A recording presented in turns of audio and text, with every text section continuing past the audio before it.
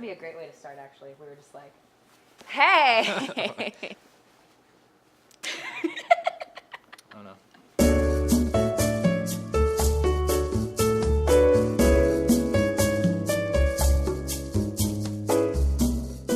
Hello everyone, welcome to Thanks for Watching. I'm Lauren Zima, and today we're going to be talking about Marco Polo. No, this show is boring.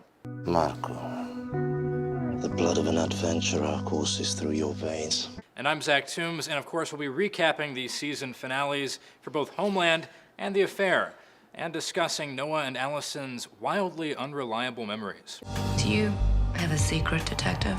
Saturday night, I tried to watch Marco Polo. Tried is the operative word because I fell asleep oh so quickly. This is Netflix's newest binge-watching bait that they're putting out for us, and it's in, I guess, the model of House of Cards and Orange is the New Black and other wildly successful shows. This is not wildly successful. No, in unfortunately. fact, the word flop is out there. It's the anti-binge watch. So the show is the second most expensive show of all time after Game of Thrones, which makes this an even more colossal failure. The problem to me was that there's just really no character to get attached to. Marco Polo himself is quite boring. It's a bit dull. The dialogue's a bit dull, and you're also taken out of a lot of it by the fact that they're in a variety of countries, but everyone's speaking English, and there are a lot of really stereotypical characters, and you're like, should I be offended?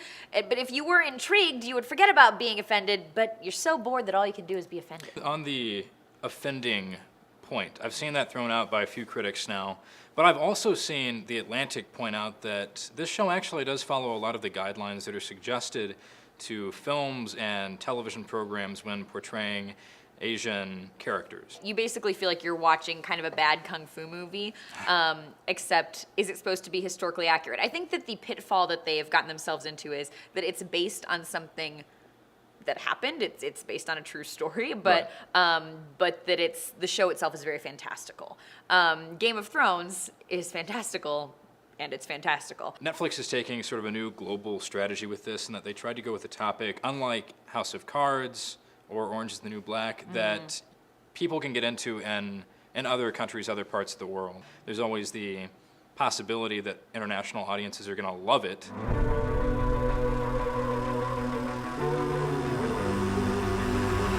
They didn't have one solid thing to stand on here. You know, you take House of Cards was a risk, but they had big name recognition in Kevin Spacey and Robin Wright.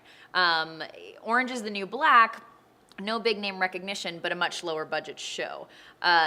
Game of Thrones, not Netflix, but what they had there was a proven book series. Even though people know the name Marco Polo, people don't really know the story, and so I don't think people had anything to grasp onto. If you can't binge watch it and it's on Netflix, it's probably not a recipe for success. That buys you a lot of time to decide what you want to do next. I know what I want to do next, goddammit. I want back in. I want to make this right. Maybe that's not going to happen. So the Homeland season finale aired this weekend, and like the rest of season 4, it was, I'd say, unsatisfying.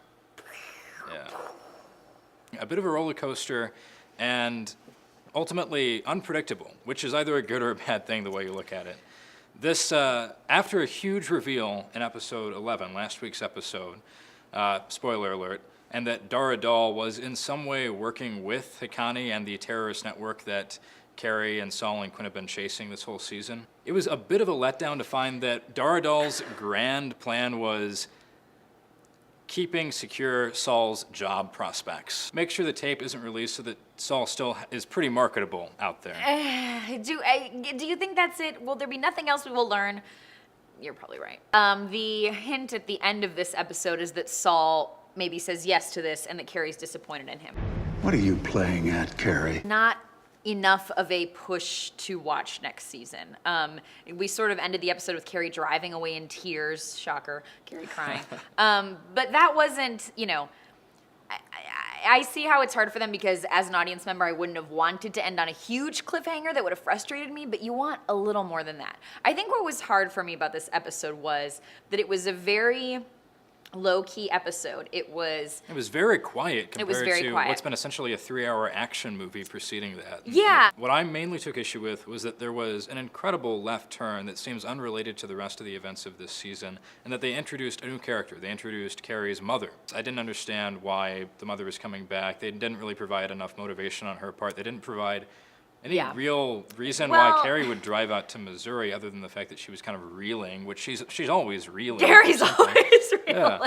So true. I don't know. I didn't. You've really got to have real justification because Carrie is always on edge. Can I talk about another personal relationship decision that was made in this episode that I felt like had no motivation? Query, Query. That's their celebrity that's name. really good, actually. Have you been thinking about this? It just came to me. Quinn and Carrie finally, they're finally making it work. Making out. Unfortunately, I would say, and I'm sure that a lot of viewers really liked this development. I wasn't one of them. I think anytime you have, Shocker. I know. Well, I think anytime you have two leads, like, I don't want to see them be happy. yeah, I've had no reason to believe in this season or in previous seasons that they have anything more than a good working relationship. Well, first of all, with Carrie's mother, it felt like putting a square peg in a round hole or whatever. Yes, I mean, it felt very Forced? It felt very forced. And Peter, Quinn, and Carrie Matheson together doesn't feel forced. Well, here's how it all ties together. There was that moment where her mom explained, no, your dad and I didn't break up because you were bipolar, and because he was bipolar. And it was allegedly kind of this big revelation for Carrie, and now suddenly she wants to take Quinn's proposition that they both leave the CIA together. Here's why I believe it's a Carrie-Quinn makeout moment. They're both reeling from this big, terrible experience they've been through. Now they're both adjusting to being back at home, and they are really the only people that they can cling to. Like, kind of Carrie and Quinn are the only people who really understand what the other has gone through, but I don't think it's real. Like, remember when Quinn's flame said, oh, he's wanted to leave the CIA how many times? I mean, when Quinn was sitting there saying, we could both get out together, Carrie, I was just thinking, neither of them will ever do that. And They he don't wanna did. get He out. did end up going back to the CIA, quite literally. Right. I mean, At the all end it of the all it took episode. was Carrie having a short phone call with him, and he was like, forget it. Forget the proposition. I'm out. Nope. Get me on that plane. Let's go dark into Syria. They were giving us a moment of excitement, but it won't go anywhere. I was pleased with season 4. I think it'll go down as right under season 1. Certainly better than seasons 2 and 3. And so if it can reinvent itself in a way that's still interesting, and where Saul and Carrie and Quinn are the leads, I think it could make season 5 work and make it even better than this year. It was a rebuilding year. No one ever really knows what's going on in anyone else's marriage, right? Went into the affair season finale having just watched Homeland, was a little mad, but I thought this was a solid season finale upon reflection. As did I. I think ultimately a satisfying finale in that it resolved what was the season's central question: will Noah and Allison start a life together, an actual life together? And the answer to that, spoiler alert, was yes. Some tense scenes in the finale that I thought worked really well, including pretty much the climax of the recollections from both Noah and Allison in the Lockhart home. And there was some comedy via Whitney and the whole like Whitney. sociopath That was conversation. the best line. I I've literally- been wondering, is Dad a sociopath? But ultimately a satisfying finale that answered, I think, most of the season's big questions. Aside from one, which was My question. who the hell killed Scotty Lockhart? Or how did he even die? So I've got a couple issues with this show that have become more apparent as the season has gone on. And the first is that I don't care about Scotty. Well, I don't think anybody cares that he died. The point is, Who is responsible for his death? yes. But I think even to keep me interested in the murder mystery, they have to keep us interested in Scotty and in that storyline. I don't think there have been a lot of interesting developments in the murder mystery storyline. I thought the opposite questions would be answered. I thought we'd find out about who killed Scotty and how in the finale, but we wouldn't necessarily see what ended up happening with Noah and Allison. So it was interesting what they weighed as important in telling I think the they audience, flipped expectations a little bit. But which I was exciting. What would happen if you could travel back in time and make a different choice in your past? I'm Noah, by the way. I'm Allison. they really put Noah on edge here. And by doing that, they've placed a character we actually do care about in grave danger. And I still think he's protecting someone. Now I'm starting to think it's Allison. Yeah, I think she was somehow involved in That his seems death. to be the case. So that's my first issue with this show that I think has become more apparent throughout the season. Oh, how many do you have? He's got a list. He emailed it to himself. I did. I took notes. I was just tweeting. I wasn't even tweeting. I was eating Were you tweeting? snacks. Go on. I read this past week Sarah Treem, who's one of the co-creators of the show. She was talking to the Hollywood Reporter and about the finale, and she made a point that I think really gets to the core of why I like this show and why I and many other viewers are invested in the decisions that these characters make. Because as viewers, we're so used to seeing characters on television programs act in ways that are bolder and braver and wilder and maybe even more self-destructive than the choices we would make ourselves. On The Affair, I think these people act in very human ways. What do you want?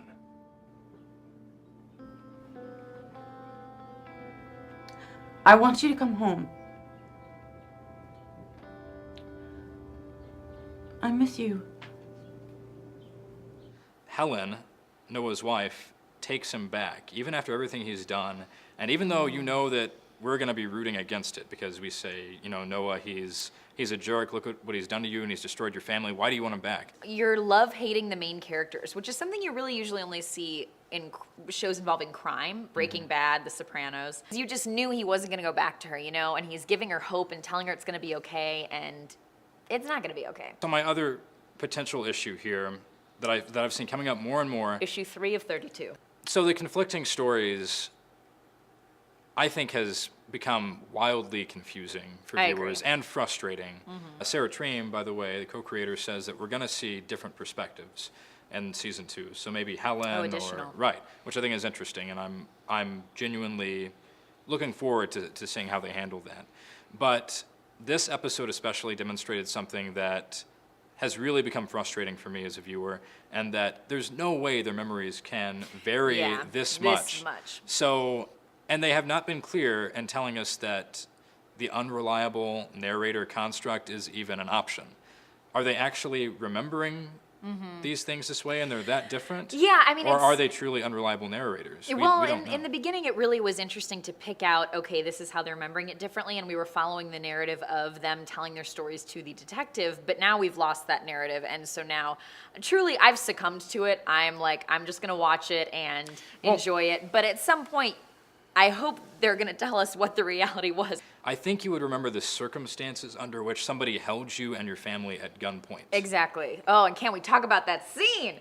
Great scene on both ends, by the way. My complaints are really working around the margins because the actual content of the show in this episode I thought was So fantastic. good. Incredibly acted. Joshua Jackson. Joshua Jackson! Man. Oh, I was waiting for the moment. I mean, first where he's... What did you think about Whitney's comment? Why did you sleep with my dad? He's so Your old and your husband's so hot. He is so hot. Does anything mean anything to you? Cole, please. Cole! What are you doing? Not exactly sure yet. His character had so much this episode. The scene where he was begging Allison to come back with him and then sort of turned on a dime on her once she brought up their son.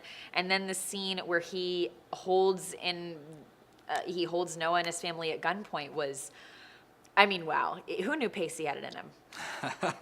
So people want to root for stable relationships.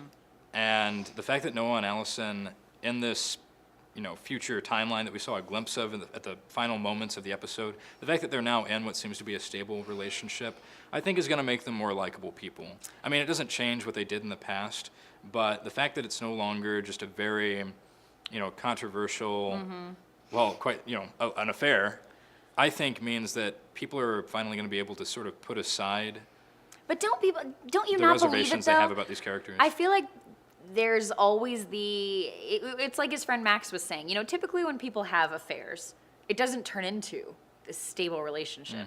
So my question is, will that last? It was interesting how Allison ended the episode when she said, I'll get you out. Didn't she say, do you believe me? Yeah. And it sort of made me think, wow, how much trust is there really between them even now that she's asking him to trust her when, they're married and they have a child together. It was interesting. The honeymoon is over for Noah and The Allison. honeymoon is over. Guys, thanks for watching both Homeland and The Affair this season with us. Next week, new shows. They're coming for you, HBO.